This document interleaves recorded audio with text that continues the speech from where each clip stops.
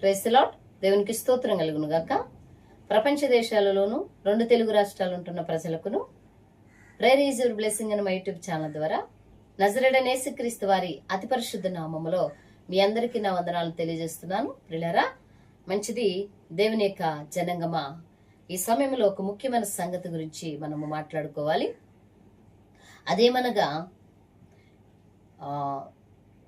ప్రవీణ్ అన్న పాస్టర్ గారు బ్రతుకున్న దినాలలో కోర్టులో ఒక కేసు వేశారు.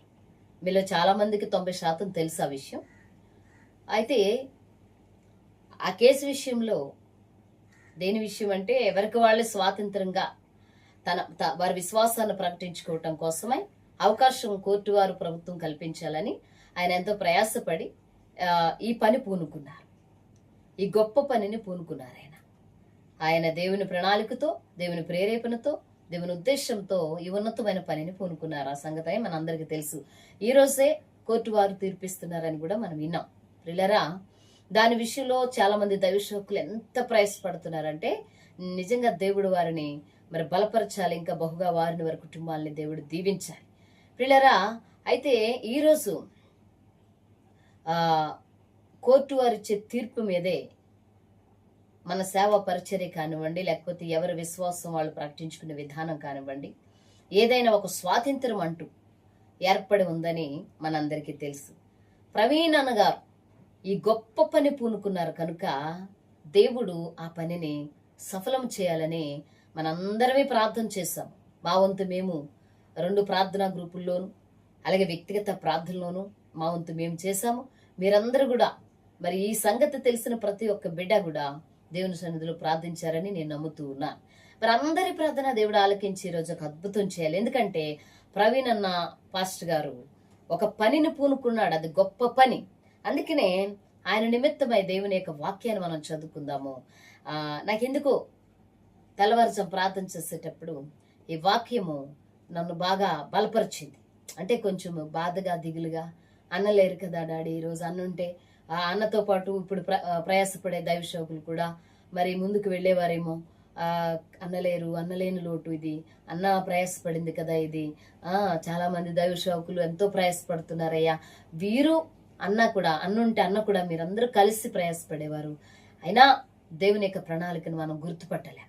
దాని నిమిత్తమై నేను ఎంతో ఆధార్యపడుతూ కన్నీరు కార్చి ప్రార్థన చేసే సమయంలో నాకు ఒక వాక్యము ద్వారా దేవుడు బలపరిచాడు నన్ను. ఆ వాక్యాన్ని మనం చదువుకుందాం. ప్రియులారా, ఈ వీడియో చూస్తున్న బిడ్డలు బైబిల్ మీ చేతిలో ఉంటే కనుక చూడండి ఒకసారి. రాజులు 1 గ్రంథము 2వ అధ్యాయము 3వ వచనంలో, నీ దేవుడైన యెహోవా అప్పగించిన దానిని కాపాడి ఆయన మార్గములను అనుసరించిన ఎడల నీవు ఏ పని పూనుకునను, ఎక్కడ తిరిగినను అన్నిటిలో వివేకముగా నడుచుకుందువు. హల్లెలూయా. దేవునికి స్తోత్రం కలుగును గాక. ప్రియులారా, ఈ మాట నన్ను చాలా బాగా బలపరిచిందండి.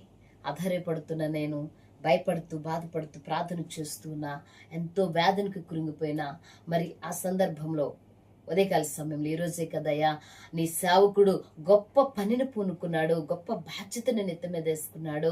అయితే ఈరోజు ఆయన లేరు, మీ దగ్గర ఉన్నారయ్యా. మిగతా దైవ సేవకులందరూ కష్టపడుతున్నారు, నీ చిత్తం ఏమైందో అది నెరవేర్చని మేమందరం ప్రార్థన చేసిన సందర్భంలో ఈ వాక్యము నన్ను బాగా బాగా బలపరిచిందండి. ఇందులో ఈ స్టోరీ ఏంటంటే, ప్రియులారా, దేవుని బిడ్డలారా, దావీదు మహారాజు గారు ఆసన్న కాలంలో ఉన్నప్పుడు, అంటే ఆయన చనిపోయే ముందు తన కుమారుడైన సొలొమోన్ గారిని పిలిచి కూర్చోబెట్టుకుని పక్కన, సొలొమోన్, నేను కొన్ని విషయాలు నీకు చెప్తాను. ఆ విషయాలు ఏమనగా నా గురించి, అంటే దావీదు గారి గురించి చెప్పుకోలేదండి. దావీదు గారు చేసిన యుద్ధాలు కానీ, ఆయన చేసిన దేవుని కొరకు ఎంతో ప్రయాసపడ్డారు. ఆయన గొప్పతనం చెప్పలేదు కానండి. దావీదు మహారాజు గారు దేవుని యొక్క గొప్పతనం గురించి సొలొమోన్ గారికి పరిచయం చేస్తున్నాడు.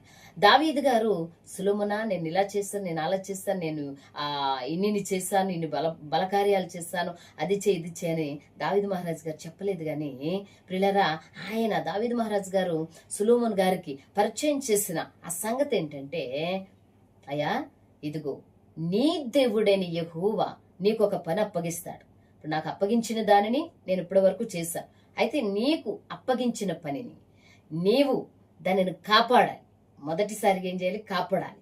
రెండవదిగా మరి ఆ కాపాడి దేవుని మాటకి విలువిచ్చి దేవుని సంకల్పానికి విలువిస్తే నువ్వే పనిని పూనుకును. చూసారా ఆ వాగ్దానం ఎంత ధైర్యాన్ని ఇస్తుందండి. కృంగిపోయిన జీవితాలని, అనగారిపోయి ఇసుక వేసారిపోయిన బ్రతుకులకి ఎంత వాదార్పండి, ఎంత వాదార్పు. నువ్వే పని పూనుకును సులోమోన్. నువ్వెప్పుడైతే దేవుడు అప్పగించిన బాధ్యత శ్రద్ధగా నువ్వు చేయాలని అనుకుంటావో ఆ పనిలో నువ్వు నమ్మకంగా ఉంటే నువ్వు చేసే పనిలో దేవుడు నమ్మకంగా నీకు సహాయం చేస్తాడు. నువ్వే పని చేసినా జయమే, ఎక్కడ ఉన్నా జయమే అని సులోమోన్ గారికి దావీదు మహారాజు గారు దేవుని ప్రేరణ ద్వారా, పరిశుద్ధాత్మ ప్రేరణ ద్వారా ఆయనకి ధైర్యం చెప్తున్నాడండి. ఈ మాట నేను ఎంతో విని చదివి ఎంత ధైర్యంగా మరి బలపరచబడ్డానంటే అండి, ఏది జరిగినా ప్రభా మరి నీ సేవకుడు పూనుకున్న ఆ గొప్ప పని నువ్వు అప్పగించిన దానిని కాపాడాడయ్యా. ఈ భూమి మీద బ్రతుకున్నంత వరకు ఎంతమంది దగ్గర ఎన్ని తిట్లు, ఎన్ని తృణీకరింపులు పడి చివరికే నీ సాక్షిగా మారిపోయాడయ్యా. ఆయన చేసి ఆయన పూనుకున్న పని, ఆయన తలపెట్టిన ఈ కార్యము నువ్వు సఫలం చేస్తావని నేను ఎంతో విశ్వసించి మరలా తిరిగి కృతజ్ఞతగా నేను ప్రార్థన చేశాను, ఆరాధన చేశానండి. కృతజ్ఞతగా మోకాళ్ళ నుంచి కన్నీరు కచ్చి ఆకాశం వైపు నీ చేతులెత్తి, మోకాళ్ళ నుంచి కన్నీరు కచ్చి ఆకాశం వైపు నా చేతులెత్తి పరమా తండ్రి నువ్వు అడగాలే గాని విశ్వాసముతో ఎదురు చూడాలే గాని పరమా తండ్రిని మనం అడగాలే గాని విశ్వాసముతో ఎదురు చూడాలే గాని ఏ కార్యమైనా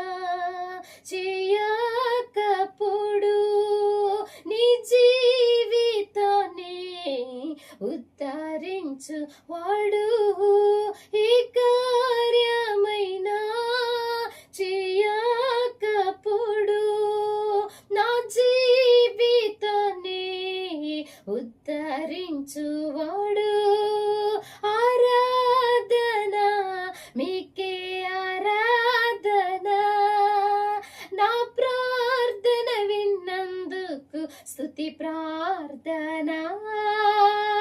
ఆరాధన మీకే ఆరాధన, నా ప్రార్థన విన్నందుకు స్తుతి అర్పణ.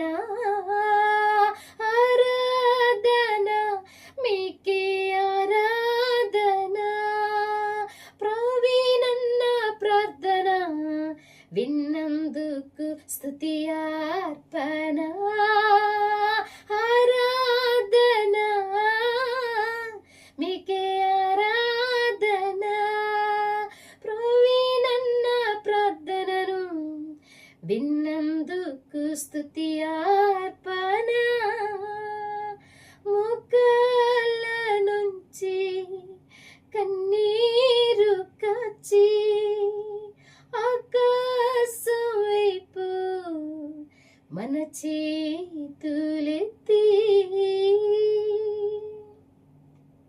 ప్రియులరా, అలాంటి ఓదార్పు కలిగిన సంగతిని దేవుడు మనకు బయలుపరిచి మరి ప్రవీణన్న గారు తలపెట్టిన ఈ కార్యంలో మరి కోర్టు వారు ఏం తీర్పిస్తారో చూసి దేవుడు కార్యము సంకల్పం ఏంటో మనం ఆలోచించి ఏది జరిగినా దేవుణ్ణి స్తుతిస్తూ ఆరాధిస్తూ ముందుకు కొనసాగాలి. నేను క్రైస్తవ్యానికి తెలియజేస్తున్నాను.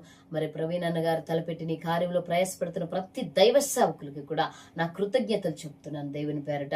మీ అందరికీ నా వందనాలు. దేవుని జనంగా మా దేవుని ప్రజలారా మీరందరూ కూడా ప్రార్థన చేయండి. ప్రైజ్ లార్డ్ మీ అందరికీ.